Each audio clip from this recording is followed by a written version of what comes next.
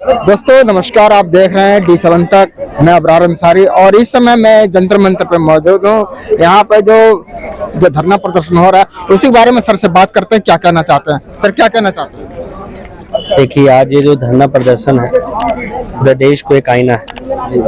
आईना कैसा? क्योंकि आज पूरे भारत में जिस प्रकार के SC OBC दबे कुचले लोगों के ऊपर अत्याचार हो रहा है, जातियों के ऊपर अत्याचार हो रहा है, ये उसी के लिए एक विरोध जंतर मंतर पे है। आज जो तमाम सरकारें हैं, कोई भी सरकारों में किसी एक व्यक्ति विशेष की नहीं कह रहा हूँ, उत्तर प्रदेश की योगी आदित्यनाथ की सरकार है, आप चले जाइए।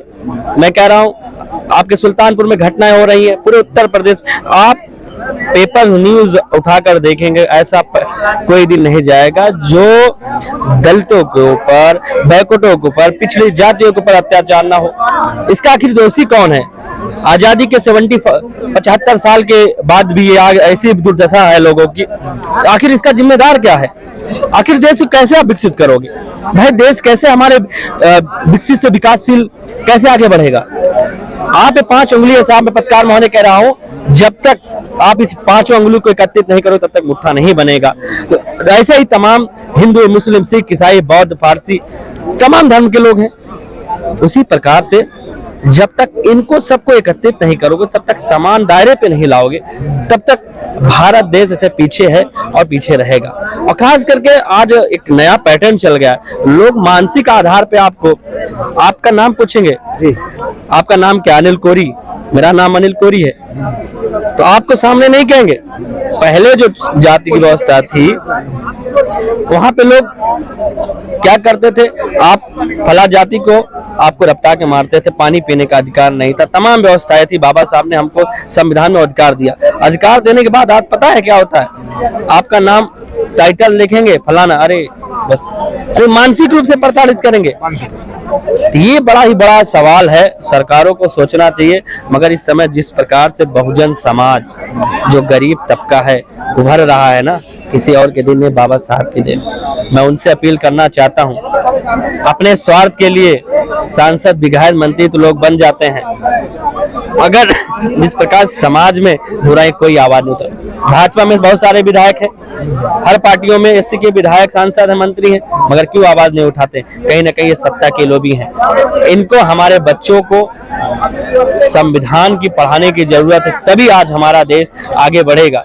लोग एक चीज मैं कहता हूँ पत्रकार महोदय, कि लोग एक चीज कहते हैं कि बाबा साहब ने दलितों के लिए, छोटी जातियों के लिए किया, क्या ब्राह्मण जातियों के लिए, उनकी महिलाओं के लिए बाबा साहब ने महिलाओं को अधिकार नहीं दिलाया? कपड़ा पहनने का अधिकार किसने दिलाया? बाबा साहब भीमराव अम्बेडकर ने दिलाया। जैसे आप शिक्षा की बात कर रहे हैं, तो इलाहाबाद में 400% जो शिक्षा वृद्धि हुई थी, बिल्कुल उस पर मैं कहना चाहूँगा, बिल्कुल वहाँ पे शिक्षा वृद्धि हुई थी।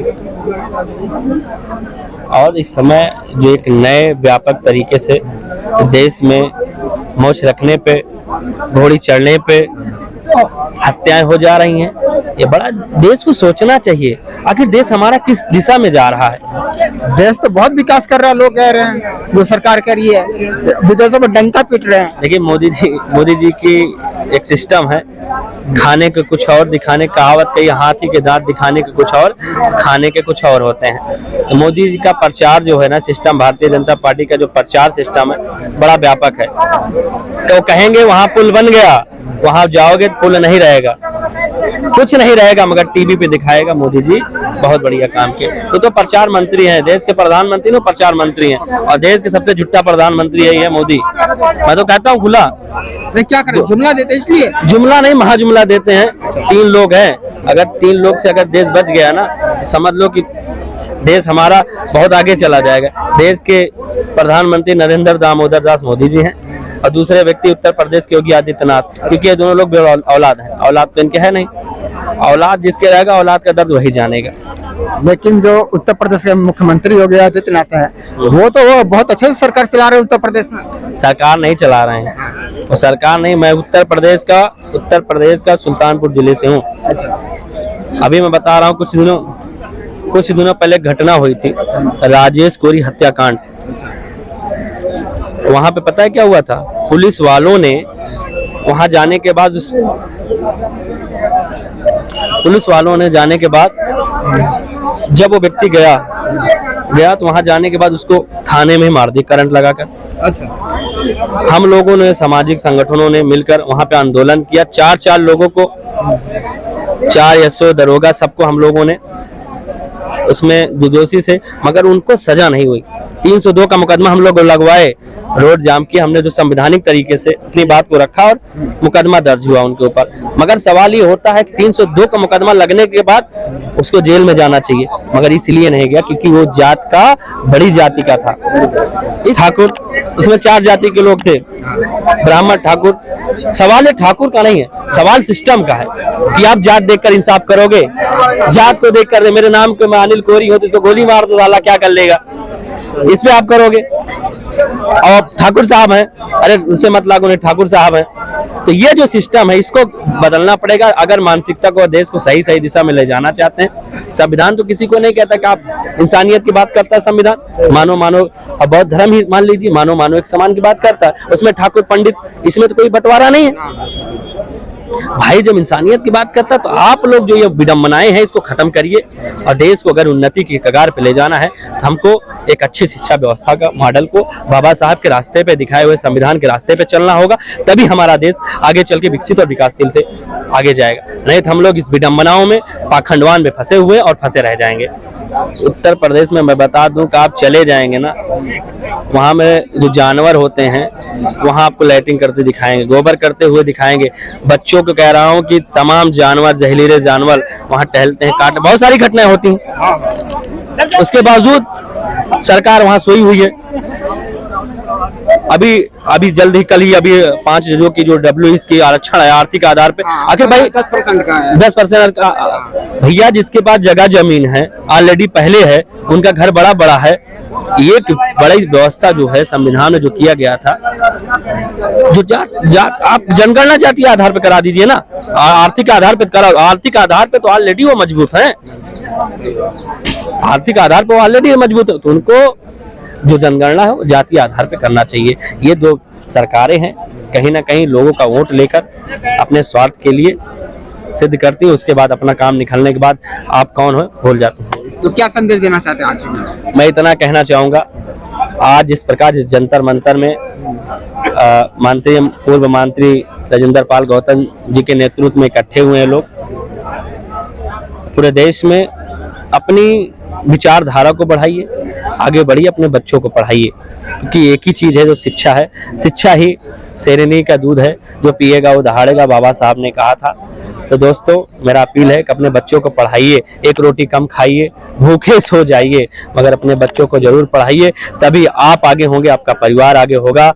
और समझ रहे हैं, और चीज कहता हूँ, एक मूल मत और देते चलता हूँ आपके पत्रकार महोदय कि साहब, शिक्षा ऐसी चीज है, शिक्षा से अगर आपका बच्चा पढ़ेगा, आप कितने भी गरीब हो, जिस दिन आपका बच्चा IAS, PCS, DM, master, teacher, engineer हो जाएगा, आपकी गरीबी दूर हो जाएगी। और गरीबी कोई और दूर नहीं कर सकता, कोई नेता, विधायक, मंत्री कोई नहीं कर सकता। इस बात को मैं कह रहा हूँ। तमाम सरकारें आई, आप देख लीजिए, आपकी गरीबी दूर हुई नहीं हुई, मगर आपके घर में अगर आपका बच्चा पढ़ लेगा, मास्टर, डॉक्टर, इंजीनियर हो जाएगा, तो जाहिर सी बात है वो आपका बच्चा आपके भविष्य को बदल देगा, आपके मोहल्ले को बदल देगा। इसलिए अपने बच्चों को पढ़ाइएगा जरूर, एक रोटी कम खाइए, बच्चों को जरूर पढ़ाइए। बहुत बहुत धन्यवाद। एक बार और अपना नाम बता दीजिए। मैं अनिल कोरी हूँ, मैं यूपी के सुल्तानपुर जिले से हूँ, और जंतर मंतर में इस कार्यक्रम में मैं इसलिए आऊँ क्योंकि आज जब कभी कभी रातों में बैठता हूँ तो बड़ा ख्याल आता है कि आज देश में, समाज में कहाँ हमारा देश और किस प्रकार जा रहा है। इस देश को बचाने की जरूरत है। मैं किसी व्यक्ति धर्म की बात नहीं करता, ठीक, मैं बात करता हूँ कि जो आज इंसानियत वो हमारे टूटते जा रहा है। हिंदू भी हमारे यहाँ, तो मैं बता रहा हूँ, हमारा एक जो एरिया है मुस्लिम बाहुल क्षेत्र पड़ता है, मगर मैं उनके दीपावली में, वो हमारे त्योहार में आते हैं, हम उनके त्योहारों में जाते हैं। तो ये जो संबंध है ना, इसको जोड़ के रखना है और संविधान को बचा के रखना है। संविधान ही ऐसी चीज है जो सारे ग्रंथों को लेके चलता है, बाइबल को भी लेके चलता है, कुरान को भी ले चलता है, गीता को भी लेके चलता है, बौद्ध धर्म की जो सिस्टम है उसको लेके चलता है। तो भैया जो सबसे बड़ा चीज संविधान है, हम उसको क्यों ना पढ़ाएं जो सबको बटोर के लिए चलता है। और इस संविधान को जो छेड़खानी कर रही है भारतीय जनता पार्टी, उसको तो आगाह कर देना चाहता हूं। आपके इस पाखंडवाद से, आपके सिस्टम से रोज, आज मैं कह रहा हूं, रोजगार क्यों नहीं देते आप? रोजगार पे नहीं बात करोगे? अभी गुजरात में जो पुल गिरा, इसका जिम्मेदार कौन है? इसका जिम्मेदार कोई और नहीं, ये भारतीय जनता पार्टी के नेता है। ये तस्वीरें खिंचाने में नंबर 1 का। दिन में 10 कपड़ा बदलते हैं मोदी जी, 10 कपड़ा बदलेगा बंदा ऐसे? यानी कि उसका सिस्टम बहुत ही गड़बड़ है। भारतीय जनता पार्टी और खास करके समाज के लोगों को, गरीब तबके के लोगों को, अपने बच्चों को पढ़ाना चाहिए। तो दोस्तों, आपने देखा सर से बात हुई, और आप देखते रहिए D7 तक, अबरार अंसारी के साथ D7 तक, जंतर मंतर दिल्ली।